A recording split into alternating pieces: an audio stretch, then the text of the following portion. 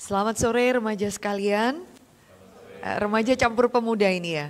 Kita bersyukur dapat kesempatan ini. Tadi liturgis bilang ya, ini tema yang sangat penting. Rasanya di usia-usia kalian yang masih sangat muda, hampir bergumul mengenai hal-hal ini ya. Tapi biarlah di usia muda kalian dengan dorongan untuk masuk di dalam tanda kutip pacaran, kita melihat dasar firman Tuhan sehingga kita tidak terhuyung-huyung ya, tidak terombang-ambing di tengah-tengah dunia ini. Kita tundukkan kepala, mari kita berdoa. Tuhan, sekali lagi kami mau bersyukur untuk semua kesempatan baik yang Tuhan berikan. Terutama ketika hamba berhadapan dengan orang-orang muda Tuhan, sebagian di antara mereka dibesarkan dari keluarga yang takut akan Tuhan, dan menikmati ibadah sejak masa kanak-kanak mereka. Sekarang mereka masuk usia remaja, beberapa pemuda Tuhan. Dan bagaimana di dalam kemudaan mereka dan desakan di tengah-tengah tuntutan dunia ini untuk masuk di dalam kehidupan berpacaran. Biarlah terang firman Tuhan menolong kami Tuhan, memberikan ketenangan sekaligus keseriusan dan sukacita melihat hidup kami, masa depan kami ada dalam pimpinan Tuhan. Tuhan berkatilah masing-masing kami ya Tuhan, dengarkanlah doa ini, berkatilah penyampaian perenungan firman Tuhan. Mungkin waktu kami berdiskusi sebentar Tuhan, atau kami minta tolong Tuhan memberi kami juga keterbukaan, keberanian untuk boleh bertanya dan memberi diri di bawah terang pimpinan firman Tuhan. Terima kasih Bapa, dalam nama Tuhan kami Yesus Kristus kami sudah berdoa, amin. Remaja sekalian boleh next ya. Kalau kita bicara, saya nggak ada pointer, jadi langsung kata pacaran sendiri, kalau kalian cari di dalam Alkitab itu dating dari PL, dari Kejadian sampai Wahyu itu tidak ada istilah dating ya di dalam Alkitab. Itu tidak ada sama sekali. Apalagi dengan konsep dating seperti modern kita sekarang, lebih kagak ada lagi. Jadi Alkitab itu masuk sekarang istilahnya apa ya, nyari-nyari itu, saya nyari di kamus itu nggak bisa dapat ya, mungkin pertunangan yang lebih tepat ya. Idenya itu pertunangan, terus kita ngomong gini, serem banget Alkitab masa sih terus kita nggak ada momen pacaran gitu ya, langsung masuk pertunangan, waduh biblical banget ya. Kesian banget kita kalian semua remaja Kristen lalu dipaksa gitu masuk di dalam pertunangan, terus jadi orang yang aneh kayaknya kita tinggal di planet bumi ini ya. Lalu bilang enggak ada kata dating itu di dalam Alkitab, especially dating dengan konsep modern kamu sekarang ya. Nah, coba sekarang saya tanya ya, saya minta semua berelasi karena ini kan bentuknya persekutuan ya, bukan khotbah one way ibadah hari Minggu. Rata-rata ya, kalian atau teman-teman kalian kalau mau berpacaran itu apa yang membuat mereka mau masuk dalam pacaran? Alasannya terserah ya, mulai dari yang rohani sampai yang rohana. Yang kagak rohani sama sekali, it is okay. Jadi jangan merasa tertuduh, oh saya ntar ketahuan saya punya konsep gitu, enggak. Rata-rata teman-temanmu, kenapa mereka tuh mau masuk dalam pacaran? Apa yang menjadi desakan? Kepingin sekali bisa masuk di dalam pacaran pada umumnya ya, konsepnya itu karena apa? Boleh? Cewek-cewek di depan, rata-rata apa sih? Kenapa harus pacaran? Alasannya apa? Apa? Alasannya saya ketemu sama yang klik. Itu kan definisinya beda-beda ya. Kliknya itu apa? Rata-rata apa? Klik karena apa? Karena apa? Hobinya nyambung gitu ya. Ngomong hobinya nyambung, sama-sama hobi nonton, sama-sama hobi hiking, sama-sama hobi para gamers gitu ya. Hobi ya, sesama YouTubers nyambung gitu ya. Terus apa beda kamu dengan bersahabat kalau gitu? Nah, bersahabat kan kamu ketemu sama orang yang nyambung, tapi nggak semua sahabatmu kamu pacari kan? Enggak kan? Loh, kamu kalau namanya sahabat kan mesti cocok sama dirimu. Kesukaannya sama, jalan-jalannya sama, ngomong apa nyambung. Kalau sama teman belum tentu kamu nyambung. Nggak nyambung nih. Nih manusia dari planet mana nih ngomong gini nggak nyambung. Tapi kalau sama sahabat itu biasanya karena kita ngeklik. Tapi kan nggak semua sahabat kita mau pacari kan. Jadi karena apa coba? Ayo, I'm falling in love, ya. Saya jatuh cinta. Karena apa? Nggak tahu, pokoknya cinta aja sama dia. Gitu ya. Pasti awalnya karena cinta. Ada satu kali lagi alasan orang pacaran. Karena apa? Rata-rata tuh ya. Semua akhirnya dia memaksa diri untuk pacaran dari alasan yang rohani sampai kagak rohani apa? Yuk kamu. Apa? Umur, aduh apa kata dunia, hari gini gua jomblo bahagia, enggak lagi gitu ya. Nama baikku dipertaruhkan di situ. Umur berapa? 25, udah pacaran, bukan udah pacaran berapa kali? Sekalipun belum, hah manusia nggak laku, gitu kira-kira ya. Aduh menohok sekali, ya udah jadi nunjuk kanan kiri, nggak juga lah. Ya kejar setoran ya. Kejar setoran umur bahasanya sekarang ya. Baik, ada lagi? Kamu? Apa? Teman-temanmu rata-rata kalau kamu lihat, loh kamu jangan suka gimana-gimana ya. Sekarang anak SD aja, don't touch her. Dia pacarku. Lu sombong banget lu pakai celana pendek merah ini putih gitu. Rasanya masih bawa botol minum juga. Aduh ilu pacarku ya. Jangan ngomong-ngomong deket-deket sama dia.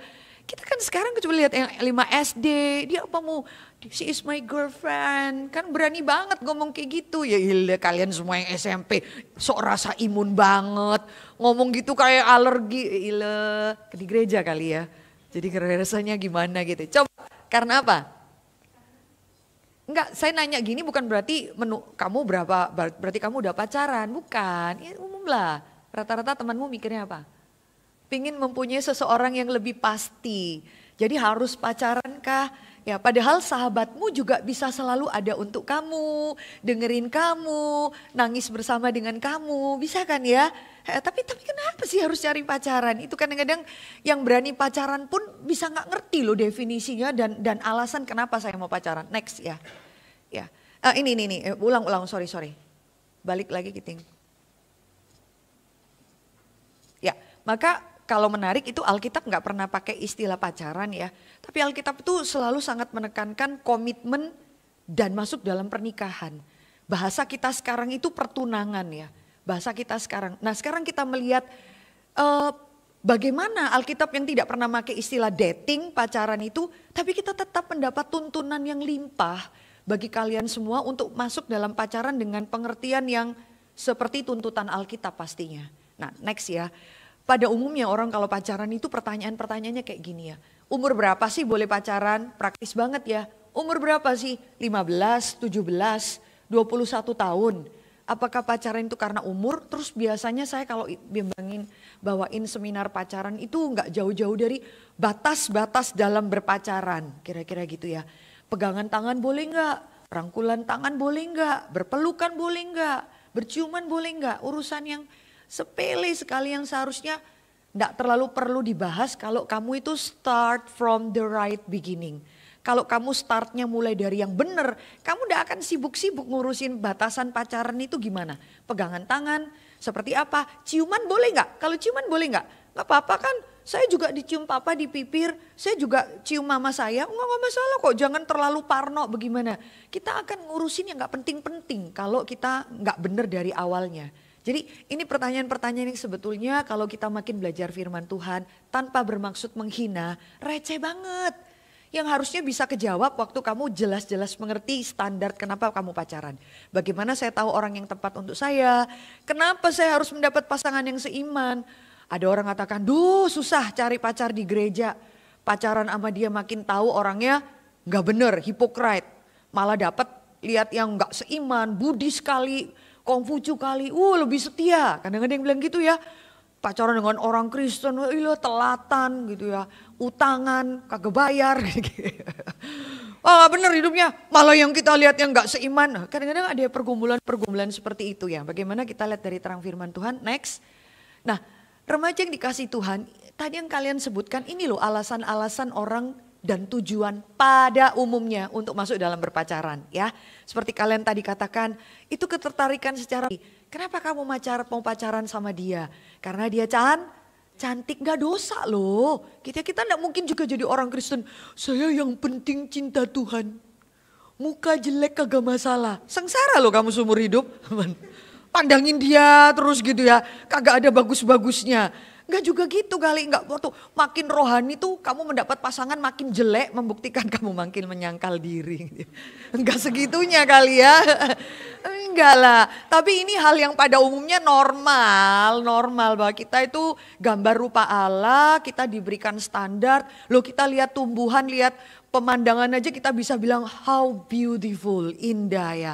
Mengagumi, duh ganteng banget, cantik banget, gak dosa ya, gak segitunya. Tapi ketertarikan secara fisik baru kita sadar bahwa gampang lapuk sekali gitu ya. Gampang, pertama kali kamu ketemu dia ganteng banget, tahun depan jerawatan banget gitu ya. Baru kita lihat, duh kagak ada bagus-bagusnya bahwa sebenarnya fisik itu gimana ya. Standar banget dan kita ngelihat kegantengan dia itu sangat dipengaruhi perutnya yang gendut ke depan ke belakang dan ya bergantung fisiknya dan kamu akan menemukan ini sementara. Yang kamu bilang tadi apa? Jatuh cinta ya. Jatuh cinta ya. Alasannya karena jatuh cinta dan pertanyaannya adalah jatuh cintanya itu seringkali karena apa ya? Ada orang bilang gak tahu deh Bu, kalau ketemu sama dia tuh kayak apa ya? Loh belum apa-apa udah ketawa. Kayak ada apa ya? Kayak ada tegangan listriknya gitu ya. Gitu ya. Lalu kamu akan menemukan bahwa jatuh cinta dengan momen yang kamu kan kalau cocok kalau kamu ketemu orang yang kamu naksir ya. Karena kamu jatuh cinta sama dia. Cobalah lihat. Dia lewat di depanmu aja. Jantungmu itu kamu gak bisa kendalikan ya. Gitu ya kira-kira ya. Padahal bayangan dia lewat di depan aja kamu gak bisa memanage dirimu. Atau jalan sebelah dia itu heran kita bisa salah tingkah miring-miring gitu ya. Atau melakukan sesuatu very stupid things hanya karena disenyumin sama dia. Ya kita bisa gagal fokus dan lain sebagainya. Nah kadang-kadang definisi jatuh cintanya kayak gitu kan. Sesuatu yang ada apa ya bahasanya sparkling gitu ya. Ya iya. Biar gue setua ini gue pernah semuda lo. Masalahnya lu kagak pernah setua gua gitu problemnya. Jadi jatuh cinta itu ukurannya emosi kamu. And then kamu yang SMP kelas 7 waktu bertemu dengan dia sparklingnya itu kuat. Waktu kamu masuk kelas 9 ya kamu mulai menemukan sparklingnya itu gak ada lagi. Sparklingnya akan ketemu ketika kamu melihat adik kelasmu yang 6 SD mungkin ya. Lagi imut-imutnya, cute-cute-nya lalu datang sama kamu. Kok boleh pinjem motornya enggak? Ih so sweet gitu ya kira-kira. Ya lalu ya hal seperti itu lalu kamu bilang kok aku sama yang sekarang pacaran enggak ada sparklingnya ya. Karena ukurannya ya itu tadi. Jatuh cinta itu kamu letakkan di ada sesuatu yang bergejolak dalam hatiku. Bisa pikirin gak ya, kayak gini nih bisa bertahan gak ya sampai maut memisahkan kita. Tanya sama mama papamu yang sudah menikah, ada sparklingnya gak gitu ya. Ada sparklingnya apa, emosi jiwa tiap lihat dia gitu. Adanya cuman itu, nah apa yang ada yang harga diri, status, bener loh. Kenapa kamu pacaran? Aduh satu geng gua semua udah pacaran. Tinggal saya sendiri jomblowers sejati, itu pukulan telak luar biasa. Ada beberapa orang itu pacaran karena apa? Status. Lihat ya, saya atau prestis. Lihat ya, saya yang kayak begini, ya yang menurut kamu itu apa adanya, bisa naklukin cewek kayak begitu. Jangan salah lo ya. Jadi harga dirimu diletakkan, beberapa orang kan memamerkan pacarnya, memamerkan ceweknya. Karena dia merasa orang yang biasa kayak gua nih, digila-gilain sama yang cakep-cakep kayak gini. Ngerti ya? Iya digilain, gila lo gitu. Balik lagi. Maaf, kok kayaknya kurang rohani nih ya. Yang sini-sini tuh baik-baik banget mukanya. Aduh, rohani sekali. Kamu perempuan lebih gak rohani loh mukanya dari mereka. Mereka tuh menahan dirinya baik-baik gitu ya. Untuk tidak tertawa ya. Tenang dan menghela nafas berkali-kali. Gak apa-apa kok ya. Jadi ada prestis kayak gitu, lalu kamu mengatakan bagi kamu, mungkin kamu bayar ini loh. Ya, jadi itu status buat kamu, label. Kamu bisa dapet cowok seganteng itu, sekeren itu, ya dapat cowok-cowok yang wah ya kayak model zaman saya seimut-imut kamu itu film yang kita lihat model itu apa ya, FC gitu ya, Meteor Garden ya, tua banget ya. Kalian ini apa ya yang lagi booming sekarang ya? Wah kurang ngikutin ya. Jadi waduh kalau sampai cewek itu dapat tipe cowok-cowok yang susah ditaklukkan, satu gambaran, saya ini yang biasa bisa taklukkan dia. Kenapa? Statusmu itu melekat di pacarmu. Ada orang bilang, Bu Mercy saya dapat cewek bule gitu ya kira-kira. Wah saya dapat luar negeri Bu, bangganya luar biasa. Saya bilang sama dia, lah kamu juga bagi cewek itu luar negeri loh kamu. Iya kan? Saya orang Indonesia dapat orang Australia, bangga banget pacaran. Dapat luar negeri loh Bu. Lah bagi orang Australia kamu juga luar negeri loh. Harusnya dia bangga dapat kamu. Oh Bu keren, paling enggak ya papa mama gua bisa ya lihatlah memperbaiki keturunan. Dalam hati saya, bagi kamu memperbaiki keturunan, bagi dia itu merusak DNA gitu kira-kira. Merusak keturunan, dapat kamu yang maafkan mungkin secara physically hitam, kurus, ceking, kribo, hidup lagi. Ya kira-kira misalnya, kok berlebihan banget ya, udah masuk. Terus peer pressure yang seperti kita bahas, ikut-ikutan ya. Ya ikut-ikutan karena kamu mau menunjukkan waktu kamu keluar jalan-jalan, nonton di bioskop dan whatever, temanmu sudah punya pasangan. Atau paling enggak ditanya, "Beb, ya di mana kamu?" Atau bla bla, "Kamu ada di mana?" Ada satu kebanggaan. "Aduh, gua mesti cepet pulang nih. Kenapa? Dia nanyain gua di mana." Aduh, dibutuhin banget gitu ya. Next. Nah, just for fun, ya just for fun. Kenapa saya butuh teman untuk ketawa sama-sama, nonton sama-sama, fun, bisa ketawa sama-sama, jalan sama-sama. Dan tadi yang disebutkan kamu ya, sangat takut kesepian. Saya butuh orang yang bisa dengar saya, ngobrol sama saya, that's it ya. Takut kesepian, takut loneliness sekali ya, nggak ada yang boleh mengerti saya. Jadi pacar itu kamu pakai sebagai orang yang ya tempat ngobrol kamu ya, takut kesepian seperti demikian. Atau justru poin yang ketujuh ya, kebingungan konsep cinta.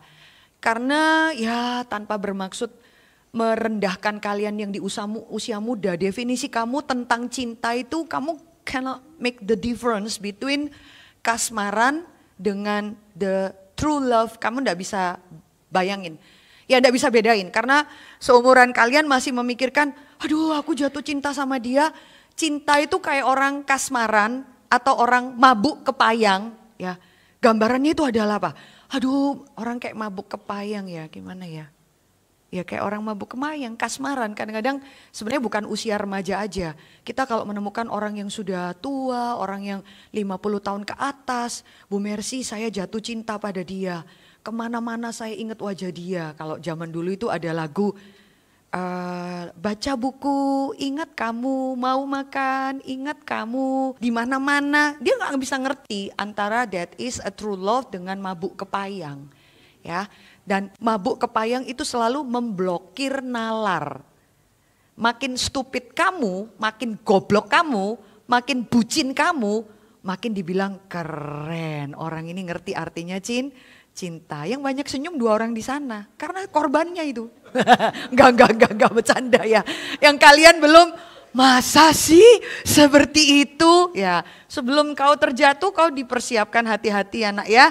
Jadi poinnya seperti ini. Next. Nah, ini pacaran-pacaran yang enggak tanpa motivasi dan tujuan yang benar. Itu tadi ya pola-pola demikian. Jadi motivasinya enggak punya visi. Kalau just for fun ya enggak punya visi, pengertiannya memang cuma cinta romantis saja. Kalian yang cewek-cewek ya, please deh sebagai seorang ibu, sebagai seorang hamba Tuhan, kalau saya boleh bilang pada kamu, kalau nanti ada seorang cowok yang berani bilang sama kamu, I love you kepada kamu, terus kamu tanya sama dia, terus maksudmu apa? Tujuannya nanti kemana? Terus kalau dia bilang pada kamu, ya kita jalanin aja lah. Kita lihatlah kalau ada kecocokan ya. Terus nanti pacarannya gimana? Ya jalanin aja lah, santai aja lah. Terus kamu tahu bahwa orang ini gak jelas tujuannya apa. Gak ada tujuan, apalagi cuman kita cari kecocokan ya, jalanin aja. Berarti di tengah-tengah jalan bisa gak ada kecocokan. And then bisa batal sesuka hati dia dong. Kamu harus cepat-cepat bilang, orang ini tidak layak untuk menjaga saya. Orang ini tidak layak untuk mendapatkan saya.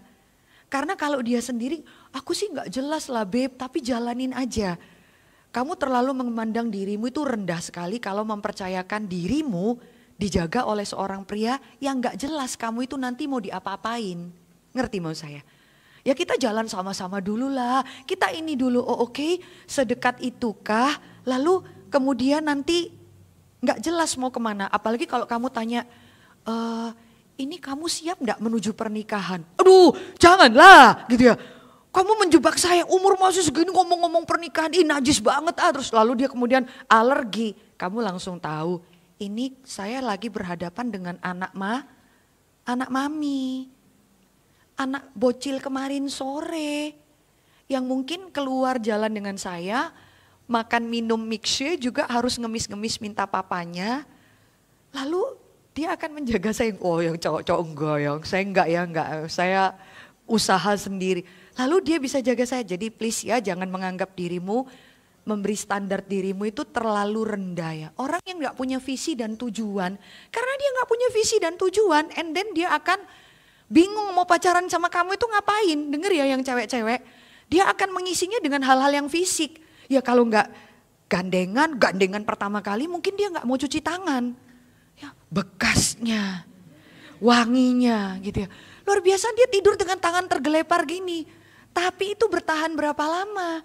Seminggu, 2 minggu, bosen. Pasti bosen. Dia butuh untuk gandeng kamu berapa lama? Habis gandeng bajunya pun kamu gak mau cuci.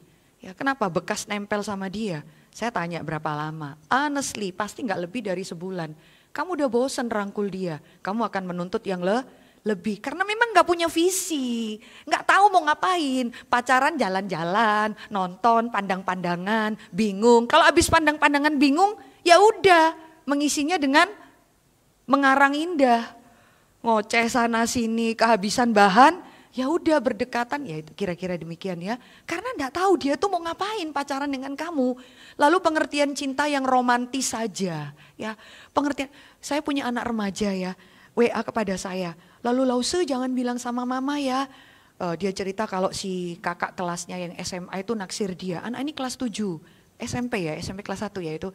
Terus saya bilang pada dia, kok Adeline tahu dia ini cinta sama kamu? Iya loh Lause. Dia bilang sama aku, dia screenshot WA-nya dengan pacarnya itu kirim ke saya ya. Kalau boleh saya bilang, dia cowoknya itu nanya, Del udah tidur belum? Belum. Terus cowoknya itu jawab, kamu tidur aja gitu ya. Terus si ini bilang, iya tapi rindu. Aduh cewek-cewek sekarang berani banget ya, merinding banget bacanya.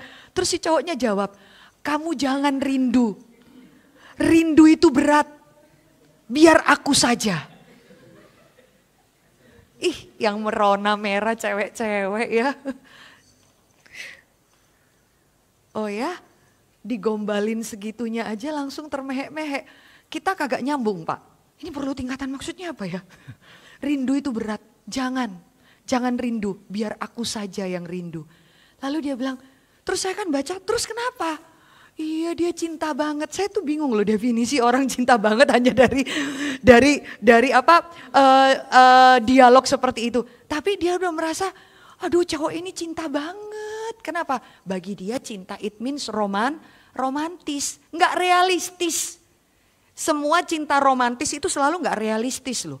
Coba kamu perhatikan semua yang film-film cinta yang romantis ya. Apa? Cinta yang romantis. Kalau di zaman kita itu masih inget Titanic ya? Zaman saya, enggak mau diajak. Oke. Rose and siapa itu? And siapa Pak? Jack. Jack.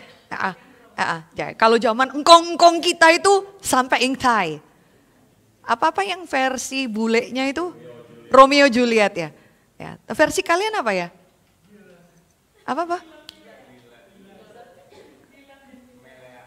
Oh gitu ya, Milea ya itu.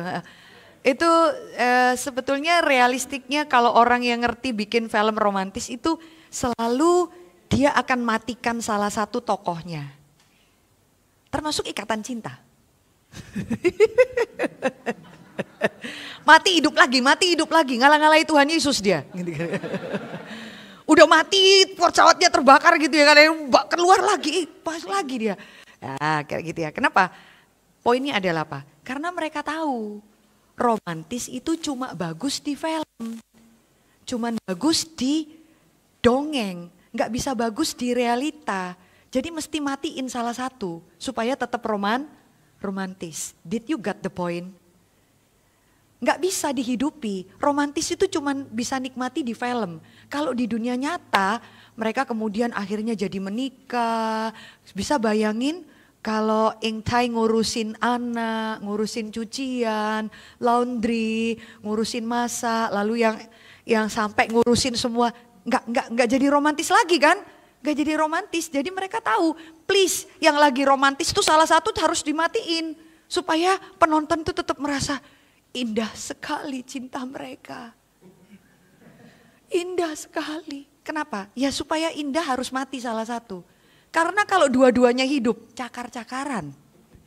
Nanti masuk di dalam realita itu tidak seindah itu. Ya memang ini mungkin bagi kamu beberapa yang remaja, aduh kagak nyanggup bu mikirnya. Tapi dengarkanlah yang apa yang disampaikan ya. Lebih baik mempersiapkan untuk kamu. Sehingga masuknya itu romantis, nanti kita bahas sedikit ya cinta romantis. Fokus pada kegiatan fisik dan praktis, tadi udah dibahas. Tidak bertumbuh dewasa, tidak bertumbuh dewasa. Urusannya adalah, dia ngomong sama cewek lain, dia terlambat jemput, dia lupa. Ngurusnya cuma masalah-masalah receh seperti itu. Akhirnya gampang jenuh, bosan dan mencari tantangan yang baru, mencari perhatian yang baru. Yang motivasi seperti ini cenderung akan bingung dan terikat dalam dosa. Karena gak punya visi, gak punya alasan yang benar, bingung, akhirnya apa? Yang relasinya cuma fisik aja. Makin fisik dan kemungkinan potensial jatuh dalam dosa sangat tinggi. Next. Ini sedikit ya memahami cara kerja cinta romantis dan ini bukan dibuat oleh seorang Kristen ya. Ini seorang profesor yang bicara mengenai realitas di dalam keluarga-keluarga yang bukan Kristen. Dan dia menuliskan satu buku yang melihat bahayanya cinta romantis itu tidak realistis ya. Ada yang mengatakan kalau cinta romantis itu hujan pun gunung pun kan kudaki, kamu dengar laut ku seberangi, aku mau mati bagimu, aku mau serahkan nyawa. Aduh gombal banget dah gitu ya. Hal-hal seperti itu. Memang makin tidak realistis, makin romantis. Hal-hal seperti itu lebih diterjemahkan kasmaran, mabuk kepayang, tergila-gila atau bahkan lust, hawa nafsu. Karena kalau the true love itu enduring sufferance atau suffering. True love itu tahan menerima kelemahan orang. True love itu berkorban. True love itu menyangkal diri. True love itu ada komitmen. True love sejati itu kamu lihat dari kehidupan keluargamu, papa mamamu, papa yang merawat istrinya yang sakit, istri yang menerima suami yang berselingkuh, yang mengamuni, that's it, true love. Waktu ada ujian, ada kesakitan, ada penolakan, ada penganiayaan, ada pengkhianatan. Nah hal-hal demikian. Nah true love itu, romantic love itu membuat kamu itu gak bisa berpikir objektif. Membunuh logika loh, jangan main-main. Ya kamu nggak bisa explain kenapa ya. Kamu lagi males-malesan, pas lihat dia lewat di depan, sekelebatan bayangnya aja, tiba-tiba adrenalinmu itu memuncak ya. Itu dijelasin pakai apa ya? Nggak bisa dijelasin loh. Itu satu orang teman bilang begini pada saya, Bu Mercy mesti ngomong sama anak remaja di tempat kami ya, anak SMA. Kenapa? Mamanya bilang, nggak keluar-keluar dari kamar Bu. Sampai nggak mandi 2 hari 3 hari, ya mungkin dia ngerjain tugas. Iya Bu nggak keluar, pokoknya katanya dekil banget anak saya itu. Terus masa sih seminggu nggak mandi, hari Minggu saya ketemu di gereja baik-baik saja. Iya Bu itu hari Minggu karena Sabtu malamnya itu Sabtu sore dia mandi. Loh seminggu sekali, iya karena apa? Mamanya cerita, suruh kokonya itu ngikut kenapa hari Sabtu itu siap-siap untuk mandi. Ternyata diikutin dengan motor dari belakang, anak ini juga pakai motor, singkat cerita masuk ke satu kompleks perumahan. Waktu di Surabaya ya, masuk kompleks perumahan itu ternyata berhenti motornya di satu rumah, kagak ngapa-ngapain. Dia duduk di motornya gitu ya, lihat sana sini. Kokonya itu lihat dari belakang, kenapa adik gua tiap Sabtu sore mandi lalu pulang itu hari Sabtu fresh, pagi itu ke gereja fresh. Pulang ditanya, kamu kenapa sih? Nggak mau ngomong. Terus saya nanya sama dia, Jason kenapa sih kamu? Ya mamamu akhirnya cerita, terus jawabnya apa? Lause, masih manggilnya Lause. Hari Sabtu itu aku seperti mendapat booster Lause. Kenapa? Loh kokomu itu loh sampai lihat kamu itu tidak ke mall, tidak nonton, tidak ke kafe, tidak kemana-mana, enggak perlu. Terus dia sendiri cerita, jadi kamu kemana? Ya aku pergi ke rumah satu cewek yang aku senengi Lause. Oh jadi kamu ketemu dia gitu, ngobrol sama dia? Enggak. Loh terus gimana? Terus dia senyum, aku gak perlu ketemu dia Lause. Aku lihat atap rumahnya aja, aku udah seneng. Wah Lana, sengsara banget hidupmu gitu kira-kira. Jadi dia berdiri di depan rumah, dia bayangkan ceweknya itu ada di dalam rumah itu, saking takutnya dia masuk di situ karena depan rumah ada 2 herder punya papanya, dia belum berani ketemu papanya, tapi dia bayangkan di dalam rumah itu si dia ada di sana. Jadi kamu ngapain Jess? Ya nggak apa-apa Lause, aku duduk aja di depan rumah memandang, siapa tahu dia keluar dari sana. Itu bisa masuk logika enggak ya, anak setolol itu ya. Gitu. Jengkelnya itu loh luar biasa. Bisa enggak ya? Oh bagi kalian yang mabuk kepayang, kami tidak perlu logika. Kami perlu hati. Cinta itu masalah hati ya. Makanya makin goblok itu makin jatuh cinta. Kamu gak bisa explain loh. Itu gerakan apa ya yang membuat orang mau bangun tidur dari tempat tidurnya, mandi, lalu bisa ndak mandi lagi 5 hari selanjutnya. Lalu Sabtu itu semangat, hari Minggu semangat pergi ke gereja. Kenapa? Karena mau ketemu dia di gereja. Kemudian melewati suasana sendu lagi Senin, Selasa, Rabu dan seterusnya. Tidak keluar-keluar kamar. Hal seperti itu blokir nalar ya. Kamu jangan ketawa-ketawa loh. Alkitab itu mencatat ada satu pemuda yang dari lahir malaikat sudah memberkati dia di perut mamanya. Waktu lahir he is very good looking dan Tuhan memberikan dia bonus kekuatan luar biasa. Orang ini siapa? Simson. Satu kalimat kamu perhatikan ya, kerohanian seseorang itu lihat dari kata-kata dia pertama kali waktu dicatat Alkitab. Kata-kata dia pertama kali waktu dicatat di dalam Hakim-Hakim pasal 13 adalah apa? Dia bilang sama papa mamanya, aku kepingin perempuan itu, ambillah dia untuk jadi istriku. Itu kata-katanya Simson. Orang tuanya langsung bilang, Simson itu perempuan orang Filistin. Memang gak ada perempuan lagi ya di Israel. Tahu gak dia jawab apa? Aku mau perempuan itu ambil dia jadi istriku. Bisa ngikuti mau saya? Bagi Simson, saya kalau sudah jatuh cinta, saya gak peduli Tuhan, gak perlu nasihat orang tua, gak perlu logika, gak perlu apa. Saya lihat dia, saya jatuh cinta. Kamu ambil dia untuk jadi istriku. Di situ Tuhan betul-betul marah dan Tuhan mengizinkan konflik demi konflik. Itu Simson. Dan menyedihkan memang Simson itu 4 perempuan yang dia tiduri, termasuk Delila yang terakhir yang jadi istrinya. Semua adalah perempuan-perempuan kelas, maafkan ya, pelacur. Bisa ya pahlawan perang di dalam Alkitab, hakim-hakim, seleranya itu selera rendah kayak gitu, bisa ya. Dia gak bisa loh jatuh cinta sama perempuan baik-baik di Israel, gak bisa. Ada loh tipe laki-laki yang seperti demikian. Seleranya justru ini yang berbahaya ya, bukan perempuan-perempuan yang cinta Tuhan. Makin minim pakaiannya, makin dia tertarik. Saya punya keponakan tuh lucu ya, gantengnya luar biasa, tinggi, main basket, adiknya semua perempuan. Kalau mereka ke mall, adik-adiknya dia itu teman adik-adiknya dia itu pada naksir dia. Ke mall kepingin, semua adiknya kepingin, ayo kok kamu mesti punya pacar. Anak ini cool banget dan dia cinta Tuhan. Terus di mall itu ketemu, terus dia bilang, kok ini si Jessica lagi naksir kamu. Terus kokonya bilang gini, perempuan dengan pakaian seminim itu tidak layak ku cintai.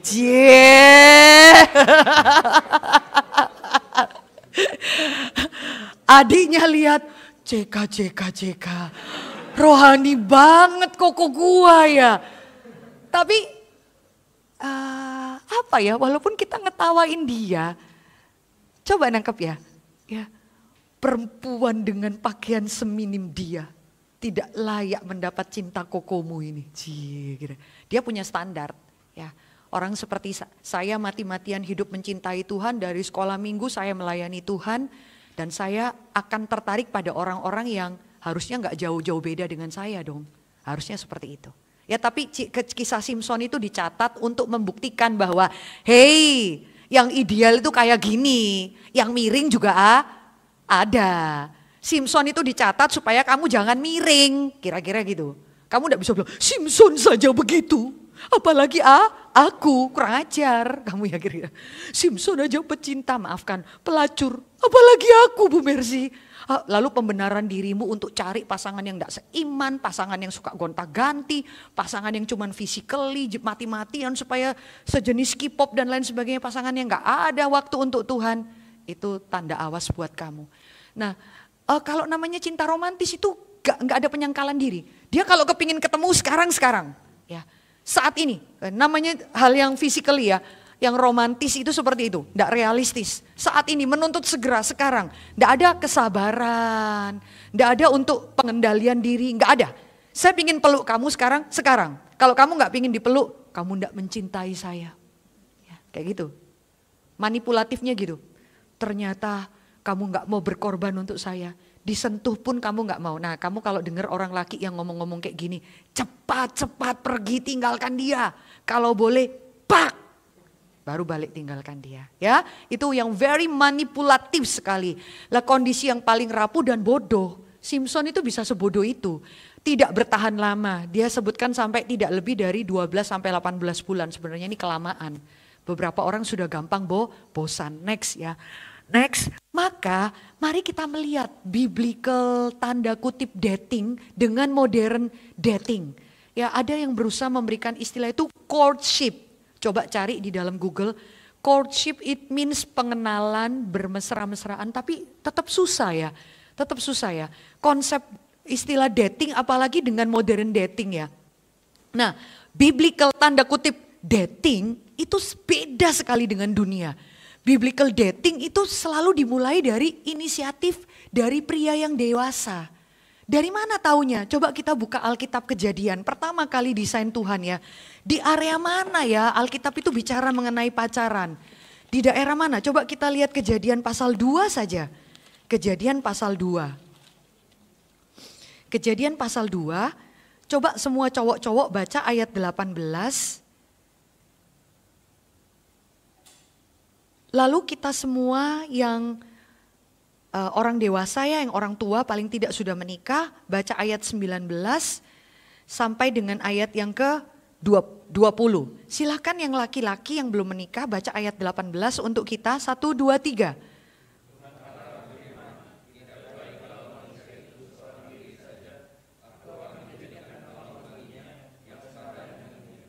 Lalu Tuhan Allah membentuk dari tanah segala binatang hutan dan segala burung di udara.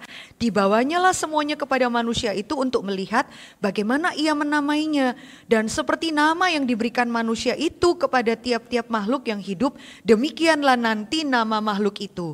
Manusia itu memberi nama kepada segala ternak, kepada burung di udara, dan kepada segala binatang hutan. Tetapi baginya sendiri ia tidak menjumpai penolong yang sepadan dengan dia.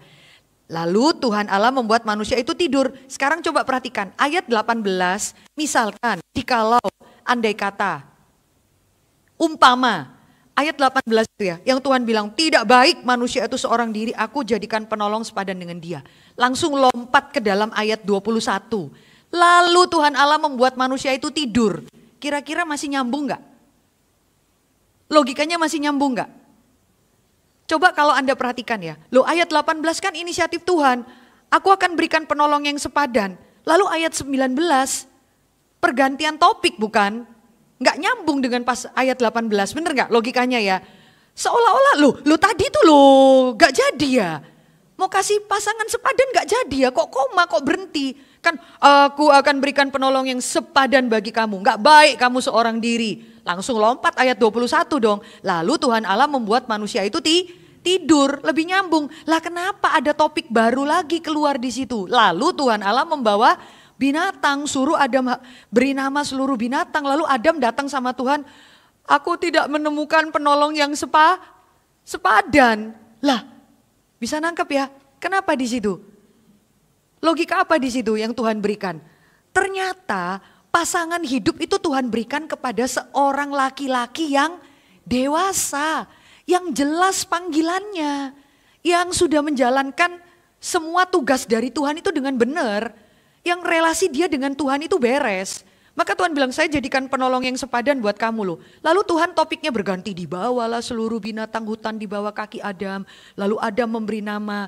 Pada waktu laki-laki dewasa itu memberi nama, di situ dia merasakan kekosongan. Mungkin dia menemukan ya, orang hutan lagi dengan perempuan. Ya, lalu semua binatang sejenis-sejenis. Lalu dia merasa, kok semua punya pasangan? Kok aku gak punya pasangan ya Tuhan? Akhirnya dia bilang, aku enggak nemukan yang sepadan. Ya memang kalau bahasa kita ya Tuhan bilang, ya memang kamu enggak sepadan sama mereka. Tapi kebutuhan akan pasangan itu terjadi pada waktu apa? Pada waktu pria dewasa menjalankan perintah Tuhan dengan baik. Di situ dia baru merasakan, ada yang kurang dari saya. Lalu Tuhan bilang, baru rasakan, kamu butuhkan. Tadi kamu minta enggak? Coba kalian perhatikan, yang minta dapat pasangan itu apakah Adam minta sama Tuhan? Enggak loh. Tuhan yang bilang pertama kali, tidak baik kamu seorang diri. Kalau Tuhan enggak bilang gitu, Adam yang merasa everything's gonna be oke. Saya enggak jatuh dalam dosa, saya dekat dengan Tuhan enggak apa-apa. Tuhan segala-galanya. Tuhan bilang enough, enggak baik kamu seorang diri. Bukan cuman relasi dengan Tuhan loh, kamu butuh yang sepadan. Apakah langsung Tuhan shortcut, langsung bikin dia tidur lalu bawa pasangan? Tidak loh. Dia diizinkan melayani Tuhan lebih dulu, menggenapkan rencana Tuhan lebih dulu, baru di situ dia merasakan kekosongan. Saya kok nggak ada yang nemenin saya ya Tuhan. Binatang aja ada yang nemenin. Kenapa saya sendiri? Baru dia, aku tidak menemukan yang sepadan. Bisa mengikuti mau saya? Ini hanya diberikan untuk pria dewasa. Hai kalian laki-laki yang masih SMP, SMA, doakan baik-baik. Kalau kamu belum sungguh-sungguh ngerti panggilan hidupmu itu apa, mau jadi apa, tujuan hidupmu jadi apa, please. Jangan kekanak-kanakan langsung, saya mau pacaran, hanya demi seperti yang dunia berikan. Ya, seorang dari teman kami waktu ikut KKR Pak Tong kemarin NRITC, dia maju ke depan mau jadi hamba Tuhan.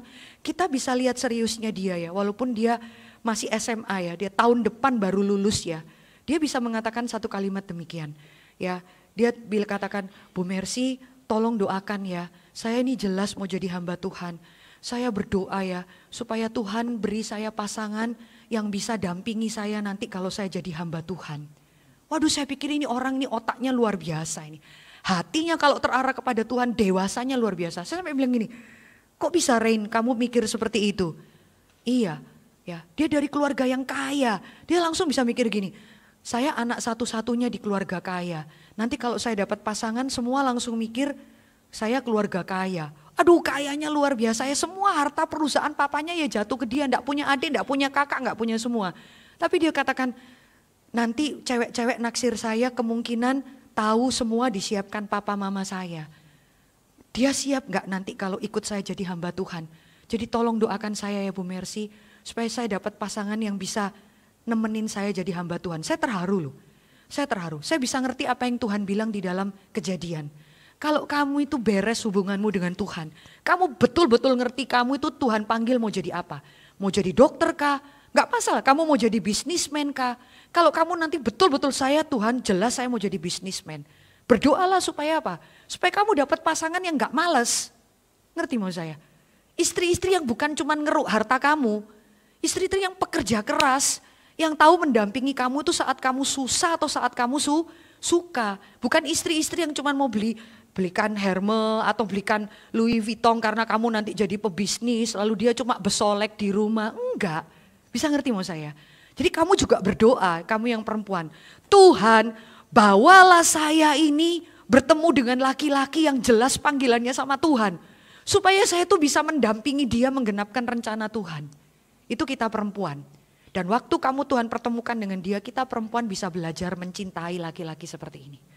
Itu kita pegang perempuan ya. Karena perempuan itu waktu disayang, dilindungi, dikasihi, dihormati, dipercintai, diperjuangkan. Dia bisa belajar mencintai. Jadi untuk yang perempuan-perempuan kamu banyak berdoakan itu. Yang laki-laki juga seperti itu. Kalau kamu gak lewatin ini ya, hidup kamu itu pemborosan. Kayak lagu dunia itu loh. putus nyambung, putus nyambung, putus nyambung, jadi lagu. Jadi kayak apa? Biasa. Hidup itu try and error, putus nyambung, gak apa-apa. Putus nyambung. Ingat ya, sepertinya itu biasa loh. Tapi orang-orang dunia pun, saya sendiri dengerin ya, kalau saya pergi ke SPH itu makan di kantin itu bisa dengerin satu orang anak cowok pakai baju SMA ya. Lu sama Jenny ya?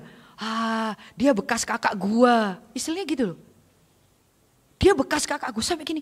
Ini cowok ya, satu keluarga ndak bisa menghormati perempuan. Tapi maksudnya dia bekas pacaran sama kakak gua. Jadi jangan terlalu merasa bahwa kalau kamu itu gonta-ganti pacaran, bahwa kamu itu terlalu laku, hei cewek-cewek. Ngerti mau saya ya?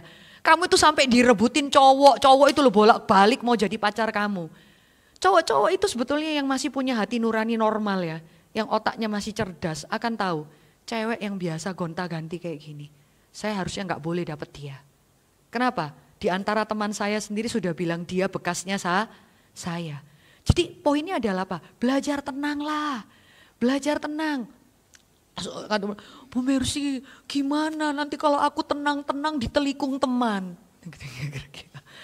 Aku tenang-tenang ditelikung teman. Saya tanya umurmu berapa? 21. Yelah gitu ya. 21 gitu ya, bukan masalah umurnya juga sih, tapi segitu paranoidnya. Saya berharap Tuhan izinkan kamu mencerna di dalam kemudaan kamu ya. Inisiatif pria yang dewasa.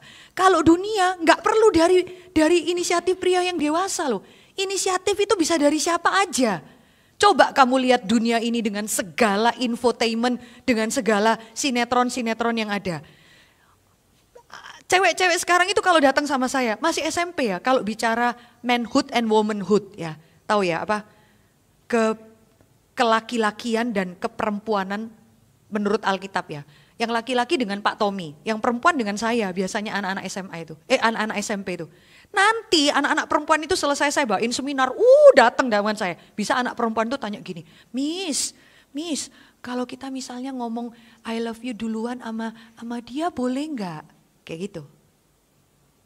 Ngerti maksud saya? Susah saya mau jawabin.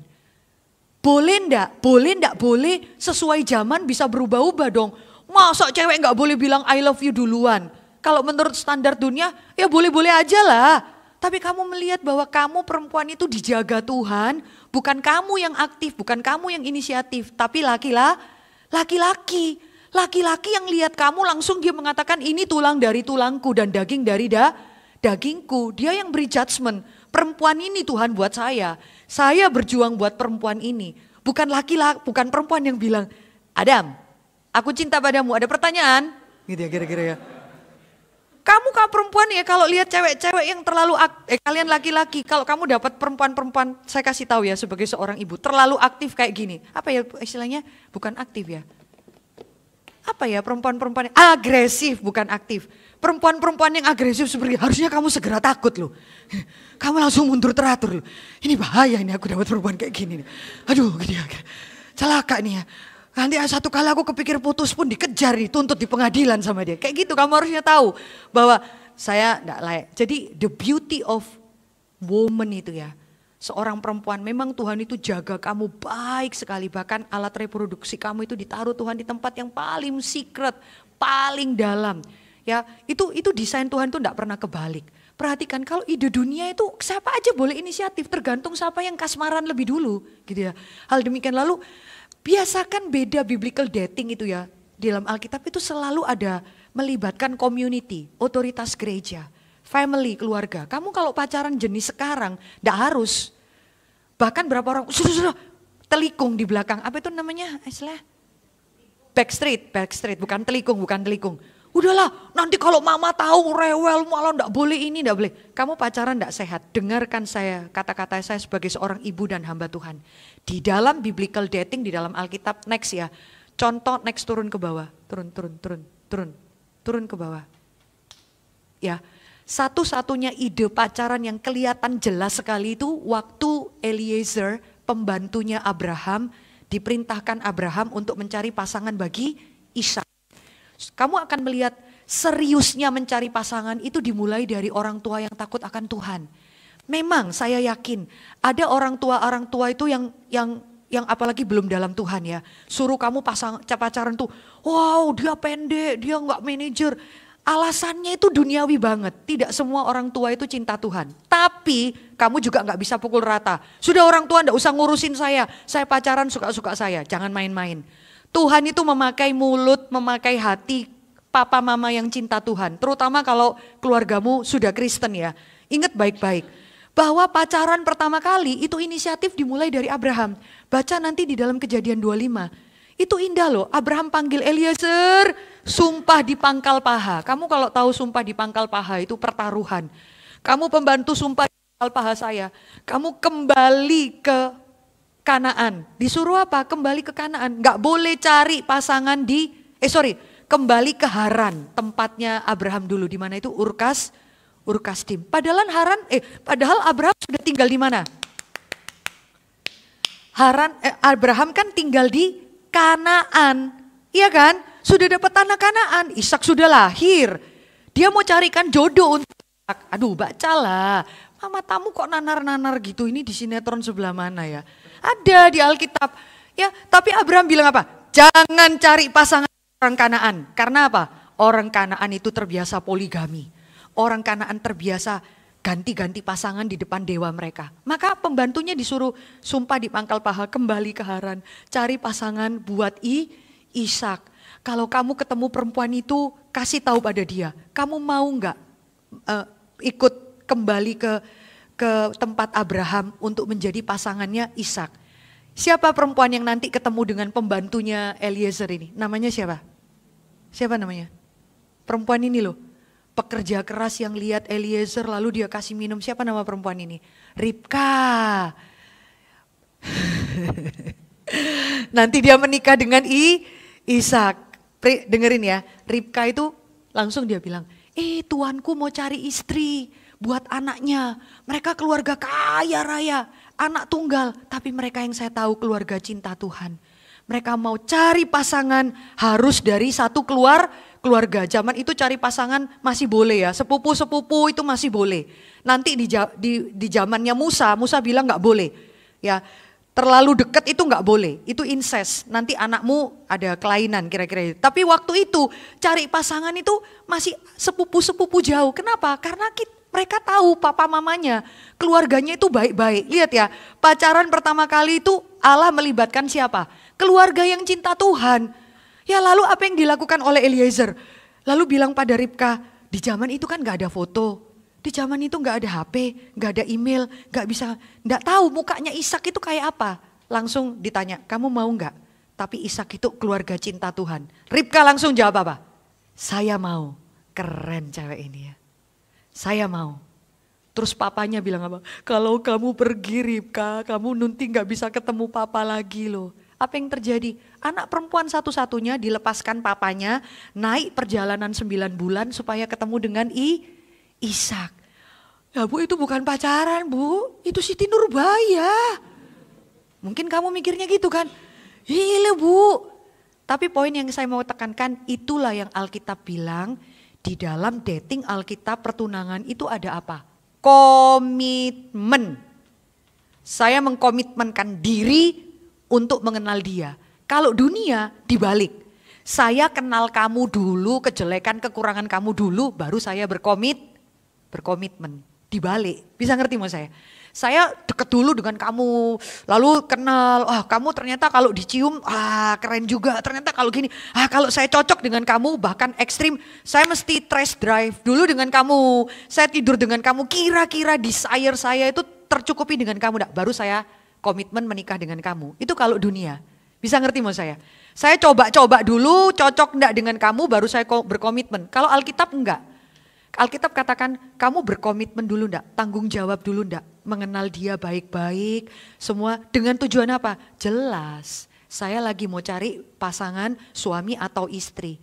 Apakah berarti langsung enggak boleh, pasti enggak bisa batal Bu? Bukan berarti dating menurut Alkitab itu kita enggak bisa putus, masih bisa. Tetapi kenapa? Untuk alasan-alasan yang sangat prinsipal sekali, that's it. Kamu ndak akan putus itu gara-gara bosen, tidak ada kecocokan, apa-apa hal-hal yang receh. Itu bedanya biblical dating dengan modern. Kamu akan melihat lalu dia kembali, di situ ada komitmen. Dan waktu kamu berkomitmen kamu akan melihat. Waktu dibawa nanti baca di rumah ya. Alkitab mencatat ketika telukung. Jadi mereka pakai kerudung ya perempuan zaman itu. Ketika telukungnya Ribka itu terbuka maka Ishak melihat dia. Waduh kalau film ini gitu.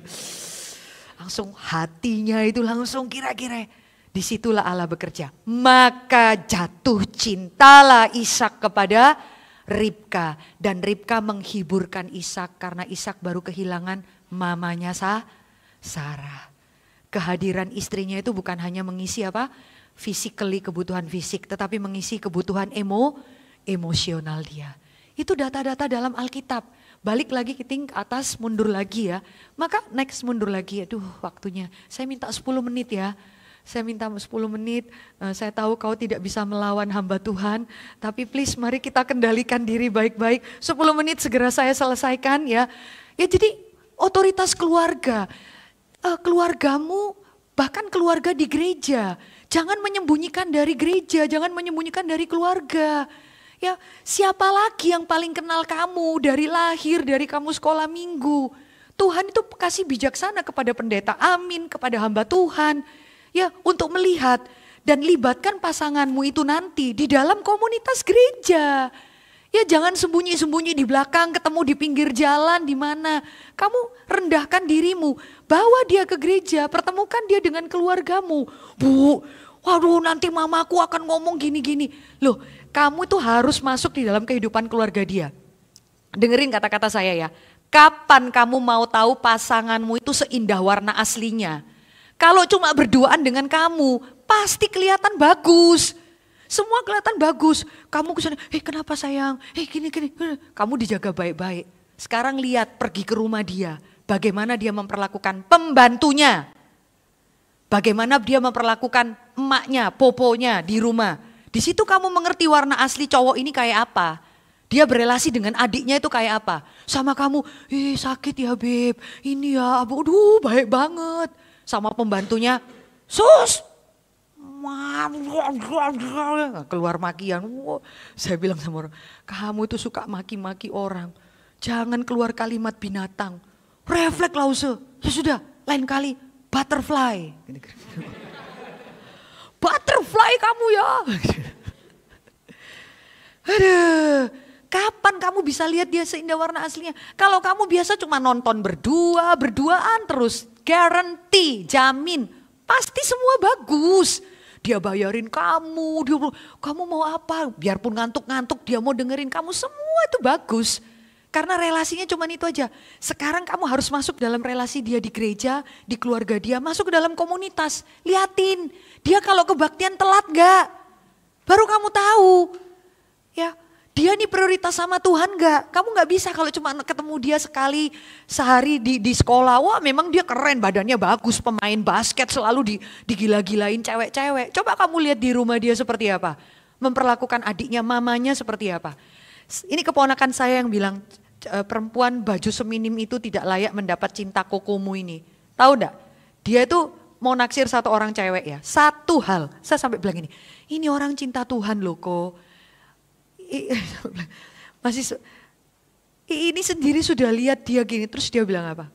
Dia satu kalimat gini, enggak lah, tak mau lause. Kalau di gereja dia panggil lause.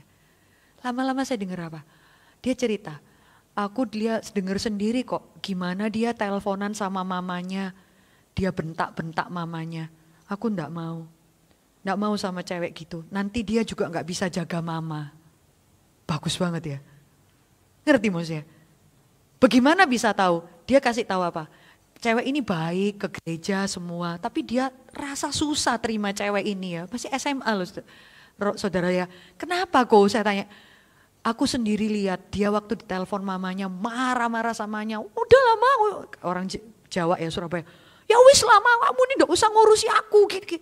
Langsung dia ini cewek ya melayani apa tapi sama mamanya loh. Kasar sekali, aku enggak mau. Dia bisa bilang apa? Orang kayak gini pasti enggak bisa jaga mama. Bagus ya. Sama mamanya sendiri aja kasar, gimana nanti dia jaga mamaku? Kayak gitu loh. Jadi berlakulah yang baik ya. Berlakulah yang baik. Kamu mau tahu pasanganmu seindah apa? Kalau kamu tidak mau libatkan komunitas, palsu. Kalau kamu terus berduaan, semua segala sesuatu indah. Waktu kamu lihat di gereja, gimana dia memperlakukan, bagaimana cara dia, apakah dia rajin ke gereja, apakah dia mau pergi saat teduh, apakah dia mau ikut persekutuan, seperti apa? Waktu dia dapat tugas mengiringi liturgis atau apa, dia on time gak? Kalau kamu lihat dia asal-asalan, sama Tuhan aja dia berani asal-asalan, apalagi sama kamu. Kamu sementara sekali, gampang sekali dibuang oleh dia. Jadi ini ya, komitmen harus tujuan ke pernikahan. Jadi gimana dong Bu Mercy? Ya sudah, kamu kalau mau pacaran, caranya gimana? Momen ini gunakan mengenali orang-orang di sekitarmu sebanyak mungkin. Kenalilah. Nggak harus mengenal orang dengan pacaran bukan? Kenali dulu kesukaannya apa, di gereja pelayanan sama-sama. Kenali dulu sebanyak, nggak ada bilang saya pacaran untuk mengenali dia, nggak bisa. Kenali dulu dia sebaik-baiknya baru putuskan pacaran. Waktu pacaran kamu putuskan ke depan. Tuhan pimpin kami menuju ke dalam pernikahan. Arahnya seperti itu sehingga nanti waktu kamu putus pun kamu nggak sembarangan membuat orang itu jadi bekasmu. Tanda kutip seperti itu. Nggak sembarangan mempermalukan emosi dia. Sesederhana itu komitmen. Kalau orang luar dibalik komitmen baru kamu mengenal dia. Lalu untuk mengenal dan merasa nyaman di antara pasangan, ya nyaman. Kalau nanti tidak nyaman ya lepas saja. Mendapatkan yang terbaik untuk pasangan dan hormat kemuliaan Allah. Ya, yang terbaik selalu mikirkan yang terbaik buat dia. Kalau kamu pacaran modern dating, kamu selalu mendapatkan keinginan dan kebutuhanku. Kayak tadi ya. Saya ingin ada yang dengar, saya ingin ada yang mengerti, kalau kamu mau pacaran yang benar, saya ingin bisa mengerti dia Tuhan, saya ingin bisa menopang dia Tuhan, saya ingin menolong dia Tuhan. Poinnya dibalik bukan, kok kamu gak bisa ngerti saya sih, kok saya gak dapat nyaman dari kamu sih, itu pola dunia. Next ya, next ya, balik lagi Kiting ya.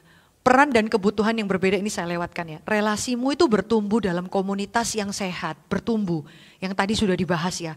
Lalu bertumbuh. Kamu pacaran dengan dia itu coba cek. Pacarmu ini membawa kamu makin cinta Tuhan atau enggak? Atau gara-gara kamu pacaran sama dia, kamu makin benci persekutuan? Tanda tanya. Tanda tanya. Pacarmu ini membuat kamu itu makin suka saat teduh atau gara-gara pacaran sama dia. Kamu enggak punya waktu untuk saat teduh. Itu bahaya. Ya, relasi bertumbuh sehat. Kalau relasimu modern dating, kamu itu very eksklusif.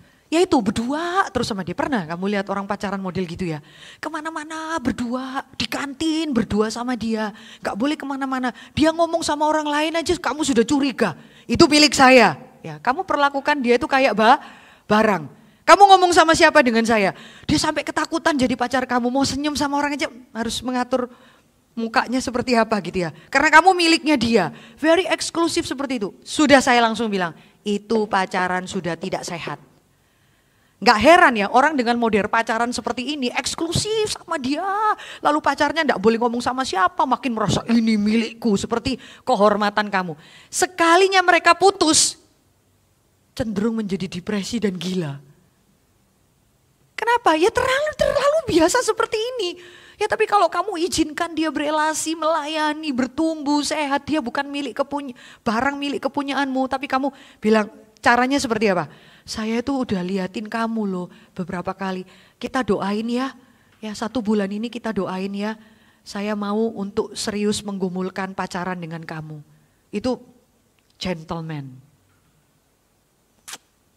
Iya serius.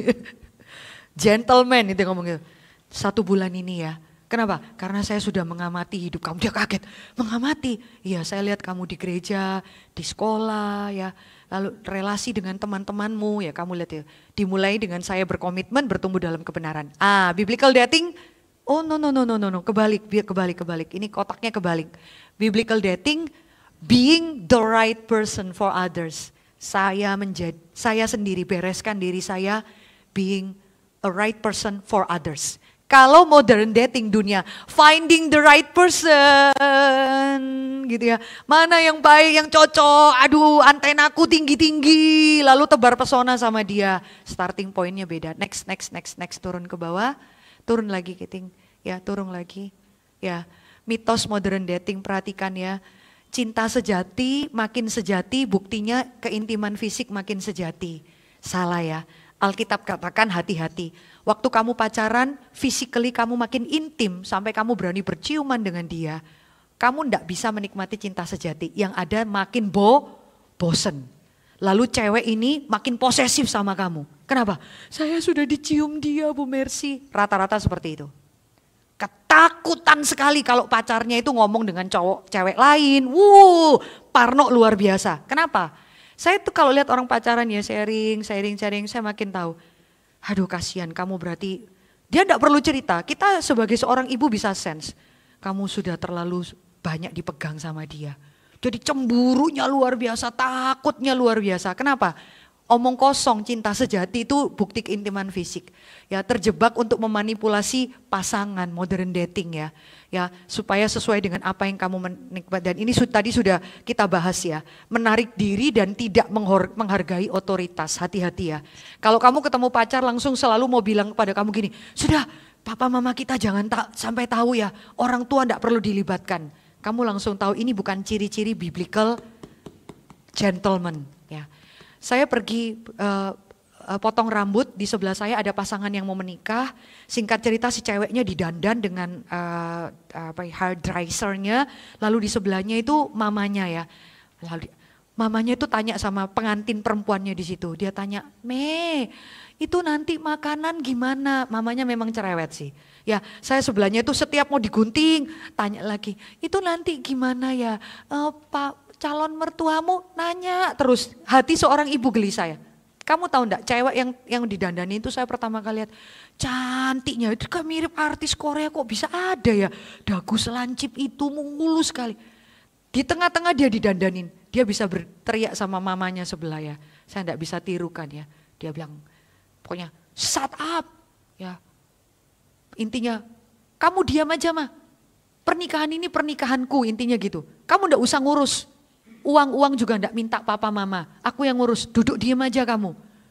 Wih, langsung cantiknya itu berkurang 90% loh di mataku.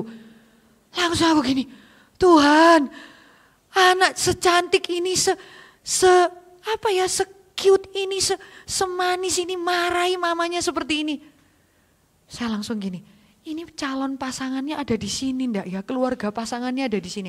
Mamanya itu diam di sebelah saya, langsung rasanya enggak enak. Tempat salon itu, tempat kita potong rambut itu jadi awkward ya, jadi tidak enak sekali ya. Karena apa? Dia ngerasa saya punya uang, kamu diem aja, kamu enggak usah atur, diem aja, pokoknya kamu didandanin. Semua ini aku dan suamiku yang atur, that's it. Ya. Justru kamu melihat keluarga-keluarga yang cinta Tuhan itu menurunkan warisan berkat ke generasi-generasi selanjutnya. Mempersilahkan orang tua, tidak lalu semua tanya sama papa mamamu, juga enggak ekstrim gitu. Enggak oh mamaku atau apa-apa, kok kamu masakannya enggak seperti mamaku sih? Bukan. Itu childish, itu cowok childish seperti itu, kekanak-kanakan. Tapi poinnya adalah seberapa jauh kamu melibatkan gereja Tuhan, keluargamu untuk masuk di dalam hubungan spesial kamu seperti demikian.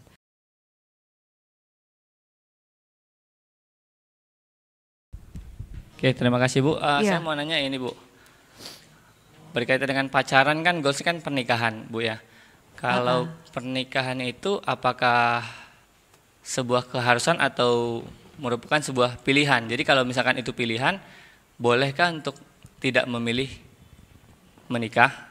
Dengan reason mungkin di dalam kesendirian sudah merasa cukup. Oh iya. Oh pertanyaan yang baik ya. Pertanyaan yang baik. Terima kasih Bu. Iya, pertanyaan yang sangat baik.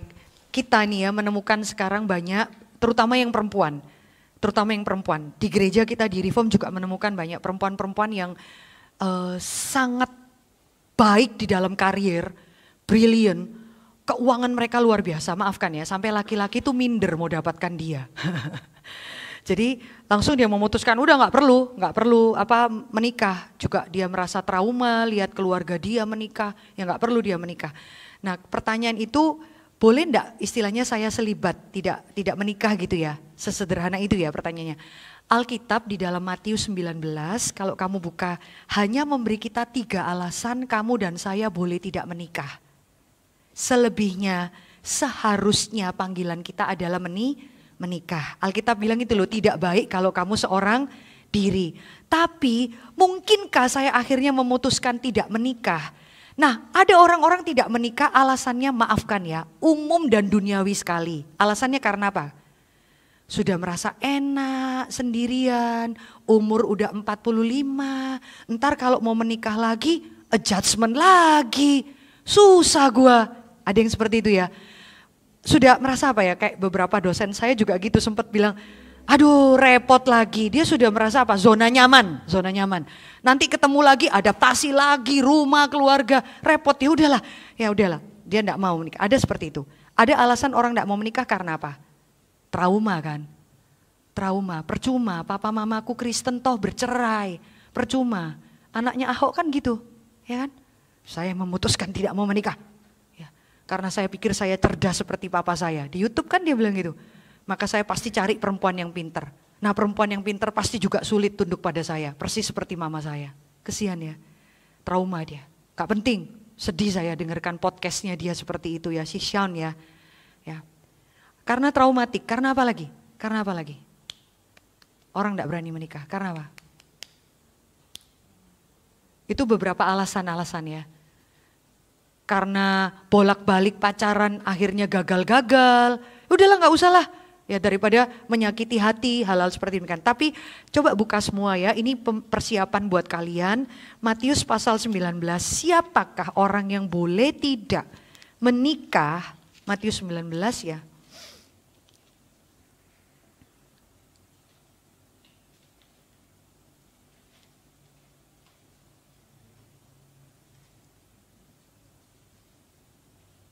Ya, ayat 10 ya. Ayat 10 sampai dengan ayat yang ke-12. Kita baca sama-sama. Matius 19 ayat 10 sampai 12. 1, 2, 3. Murid-murid itu berkata kepadanya, jika demikian halnya hubungan antara suami istri lebih baik jangan kawin. Akan tetapi ia berkata kepada mereka, tidak semua orang dapat mengerti perkataan itu. Hanya mereka yang dikaruniai saja. Ada orang yang tidak dapat kawin karena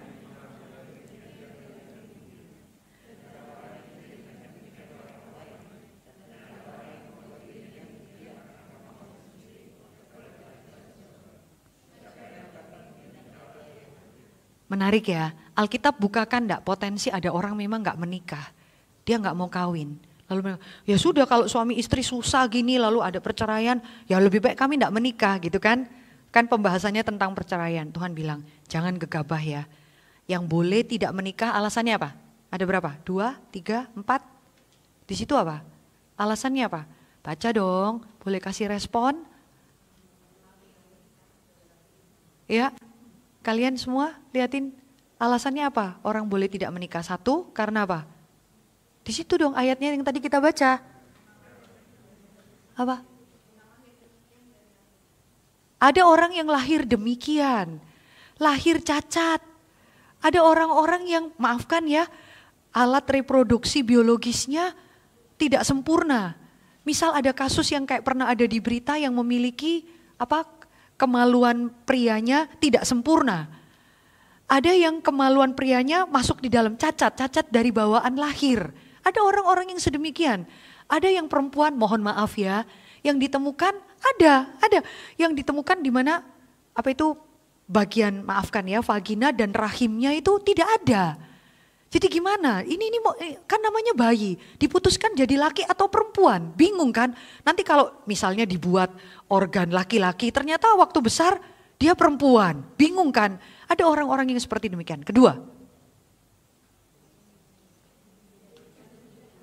apa di situ? Apa tulisannya? Yang tadi kamu baca Matius 19, ayat berapa tadi? Ada yang dijadikan demikian oleh orang lain. Siapa itu? Di zaman raja-raja orang dibuat jadi Kasim bukan Kasdim. Kasim yang itu menjaga istananya Esther. Kasim itu jumlahnya ribuan karena dia harus menemani selir-selirnya raja. Raja parno banget, gak bisa.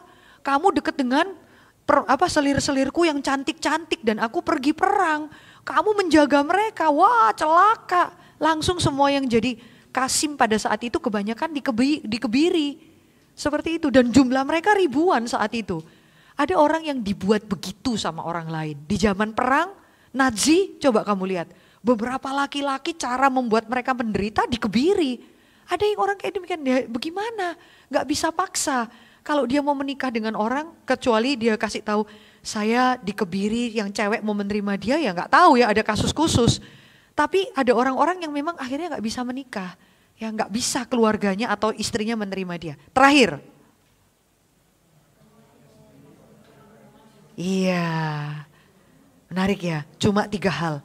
Jadi karena trauma boleh nggak kawin? Nggak boleh. Hidup bukan bayi traumatik. Takut kena kutuk, nggak bisa seperti itu. Ya, jadi ada orang bilang sama saya juga, Bu Mercy, keluarga kami kena kutukan. Ya, menikah dengan siapapun pasangannya meninggal. Serem banget ya. Gara-gara. Jadi saya justru takut pasangan saya meninggal. Dia kasih tahu, dia lihat cece-nya pasangannya meninggal, dia anak ketiga. Nggak bisa begitu, kamu sudah di dalam Tuhan, hidup bukan traumatik. Nah, ada orang demikian karena apa itu kerajaan Allah. Orang yang memutuskan, kamu kalau sampai berani memikirkan nggak mau menikah, hanya satu alasannya. Kamu membaktikan hidup seutuhnya untuk melayani Tuhan, baru kamu boleh nggak menikah. Jangan sampai kamu nggak menikah karena aku mau traveling sampai aku mati, keliling dunia 180 hari. Tuhan bilang, aduh hina banget alasanmu kagak mau menikah. Kayak begitu. Jadi kamu boleh gak menikah, tapi kamu putuskan, saya gak menikah Tuhan. Beberapa menjadi biarawan, biarawati. Kalau kita di dalam ini, ya sudah gak menikah gak apa-apa. Tapi kamu gak boleh ongkang-ongkang kaki, santai-santai. Kamu harusnya lebih sungguh-sungguh membaktikan hidup melayani Tuhan. Bisa jawab? Bisa jawab ya? Ya, Tuhan berkati kamu nak. Dengan potensi kamu, saya tahu harap kamu cinta Tuhan dan segala kegantenganmu. Please, janganlah berpikir untuk tak menikah nak, gitu ya kira-kira ya. Itu masalahnya kamu belum bertemu dengan orang yang memberikan sparkling saja dalam kerohanianmu. Ya, sekali kau ketemu termehek-mehek lah kau. Satu lagi bolehkah?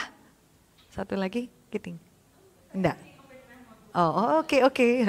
Ada lagi? Gak apa-apa, ada pertanyaan? Senyum-senyum, is okay. Iya, boleh.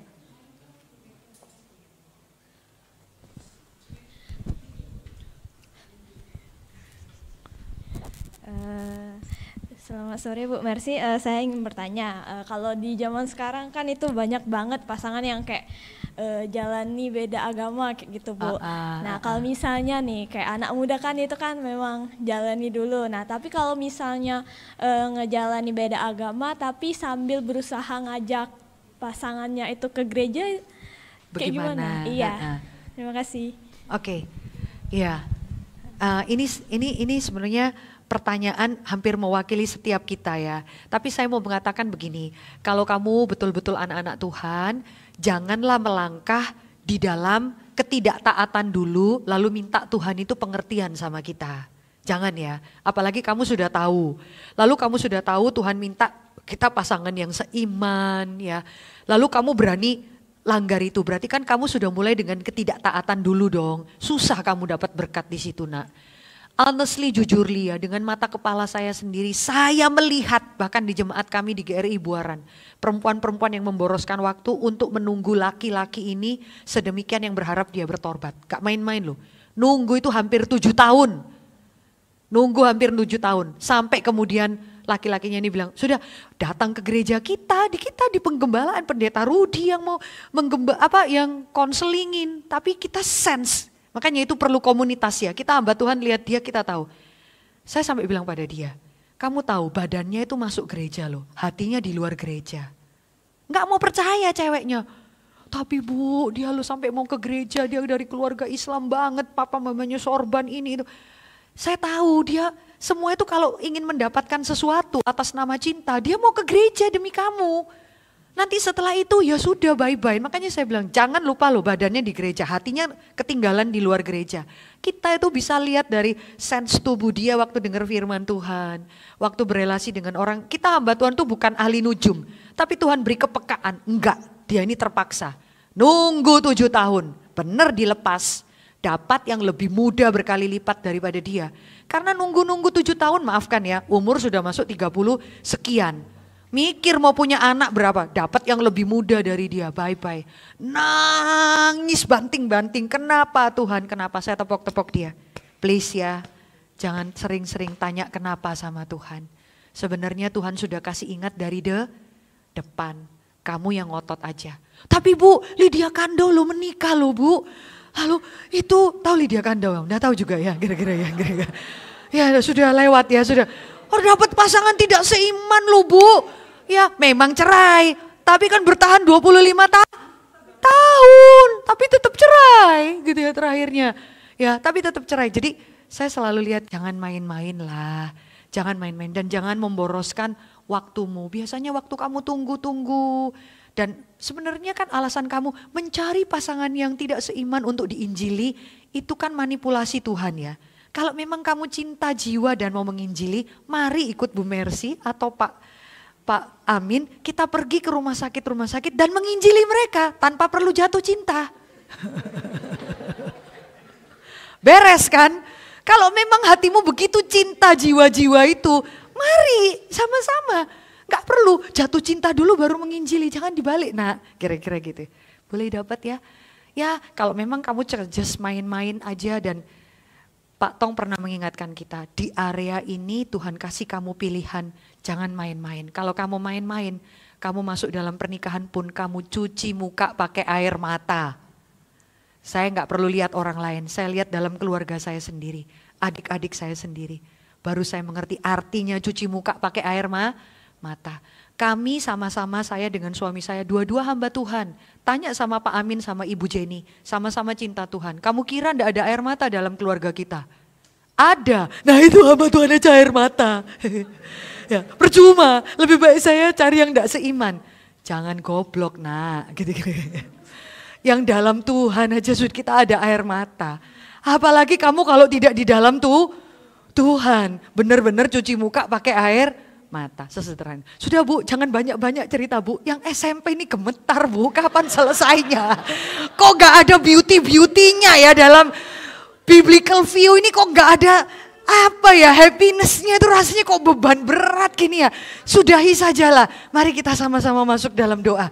Tenangkan hatimu, siapa yang berani mempercayakan masa depanmu di dalam tangan Tuhan. Lihatlah, Tuhan akan kasih orang-orang yang benar-benar layak menjaga kamu yang perempuan. Dan kamu laki-laki akan sungguh diberkati waktu kamu jelas panggilanmu, perempuan ini betul-betul membahagiakan keluargamu. Ya, kita tundukkan kepala, bolehkah Bapak Pendeta Amin mendoakan setiap kita. Kita nggak tahu ya seberapa persen kita bisa mencerna kebenaran ini, tapi firman Tuhan memagari hidup kita. Kita sama-sama tundukkan kepala. Kita doakan juga untuk semua yang sedang bergumul mengenai pasangan hidup ya. Oh satu lagi Pak. Bahkan saya memberanikan diri jikalau ada di antara kalian yang berani bermain-main dengan kekudusan hidup dalam pacaranmu, segera bertobat.